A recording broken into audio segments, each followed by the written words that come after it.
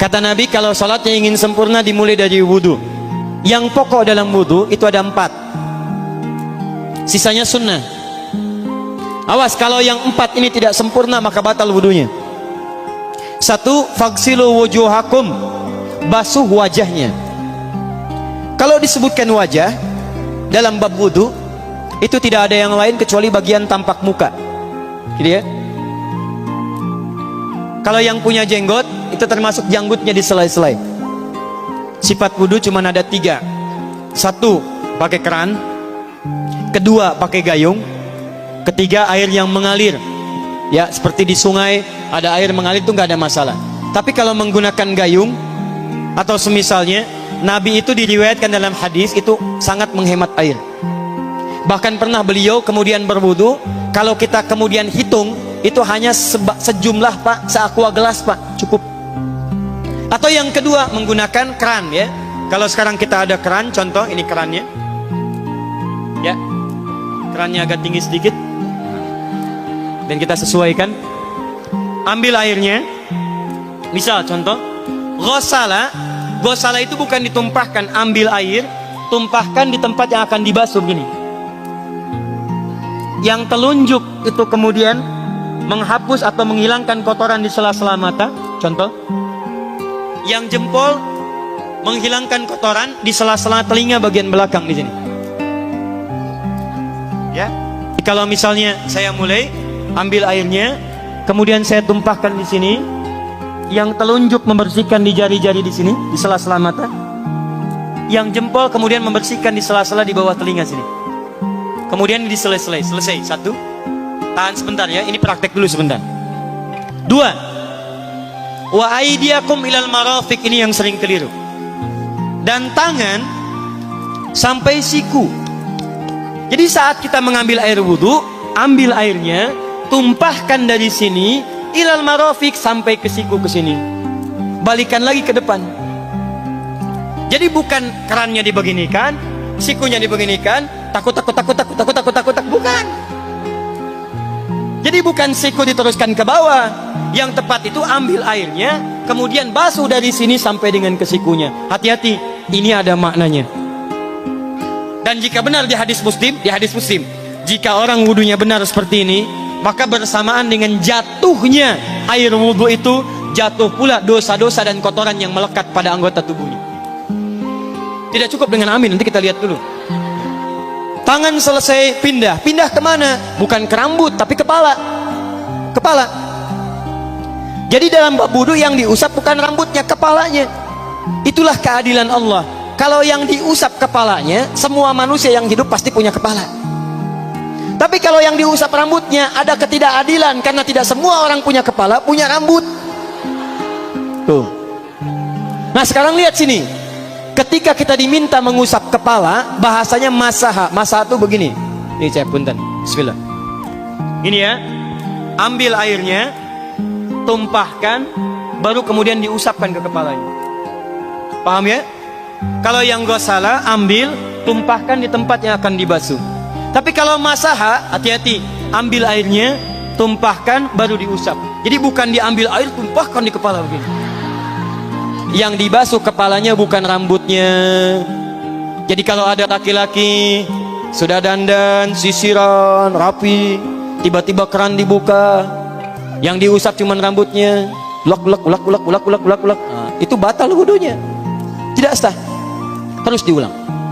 Terakhir kaki dibasuh sampai dengan bagian mata kakinya, dan ini tidak perlu saya terangkan karena mudah bagi kita untuk mempraktekannya. Tapi yang ingin saya jelaskan satu ini saja. Perhatikan baik-baik.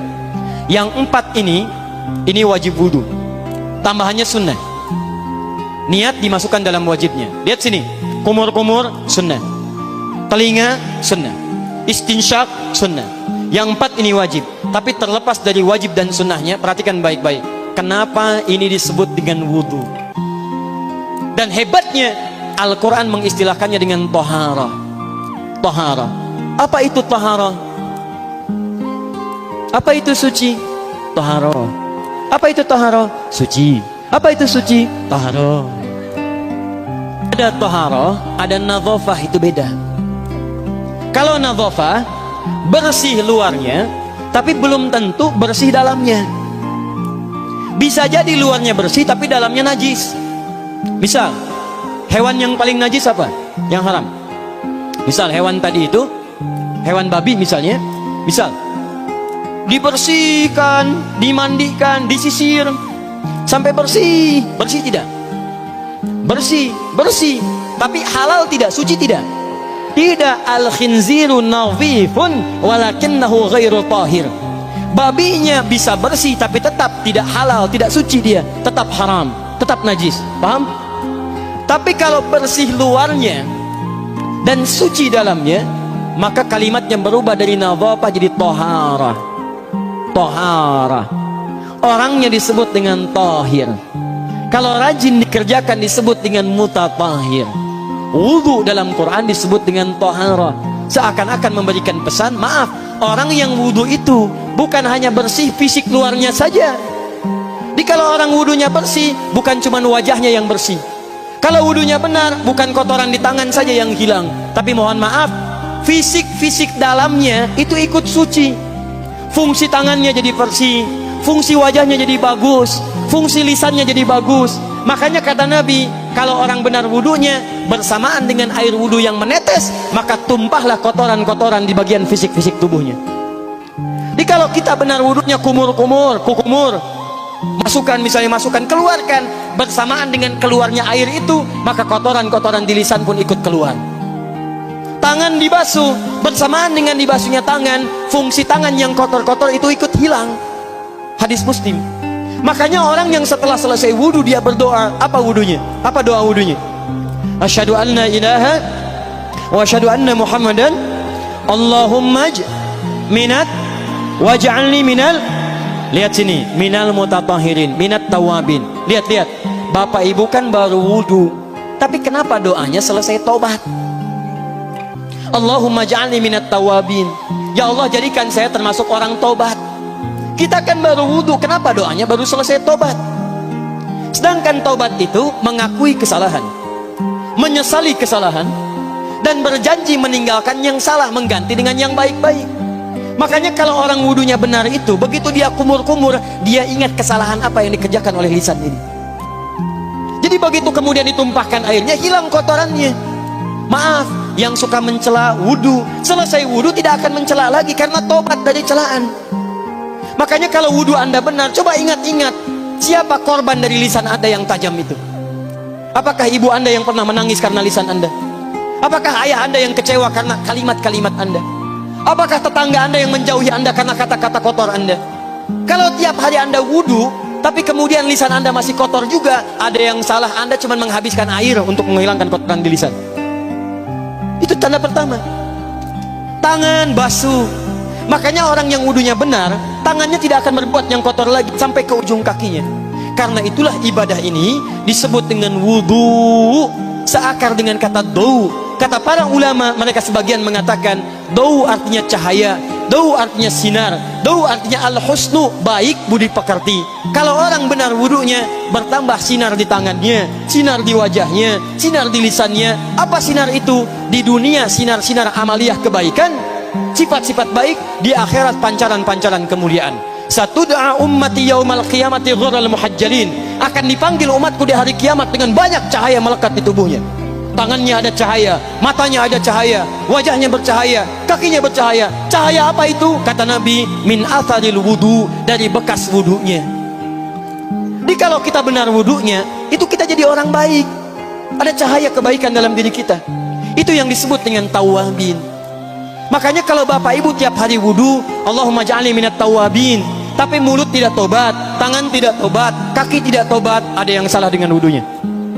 Waj'alni minal mutatahhirin, jadikan saya orang bersih dan suci. Jadi kalau selesai wudu, pakaian bersih, wajah bersih, tangan bersih. Ini pakaian bersih, pakai jas, pakai dasi, tapi tangan tidak bersih, korupsi juga, mencuri juga, menipu juga, ada yang salah dalam wudunya.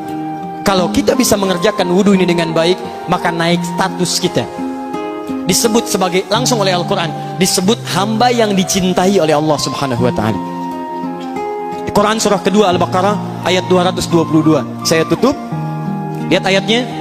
Ujung ayatnya, di ujung ayatnya, innallaha yuhibbut tawwabina wa yuhibbul mutatahhirin.